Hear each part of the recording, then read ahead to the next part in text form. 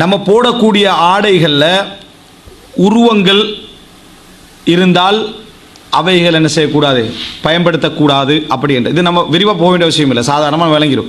உருவமுள்ள அந்த ஆடைகளை ரசூலுல்லாஹி ஸல்லல்லாஹு அலைஹி வஸல்லம் என்ன செய்தார்கள், தடை செய்தார்கள் என்ற அதற்கான அந்த பகுதியை என்ன செய்வார், போடுவார். உருவமுள்ளவைகளை தடை செய்தார்கள் அப்படின்றது.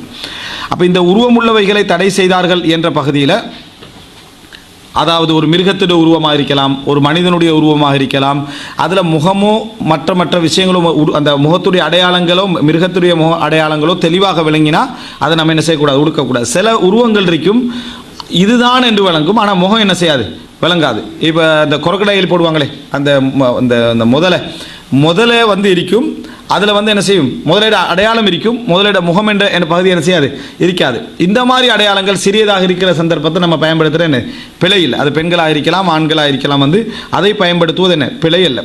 அது அல்லாமல் அதாவது என்ன மற்ற அமைப்பில் ஒரு தெளிவாக இதுதான் கண், இது வாய், மூக்கென்று அடையாளம் விளங்கக்கூடிய அமைப்பில் இருந்தால் அது தடை செய்யப்பட்டது என்ன செய்யணும், நம்ம புரிந்து கொள்ள வேண்டும், அதை பயன்படுத்தக்கூடாது.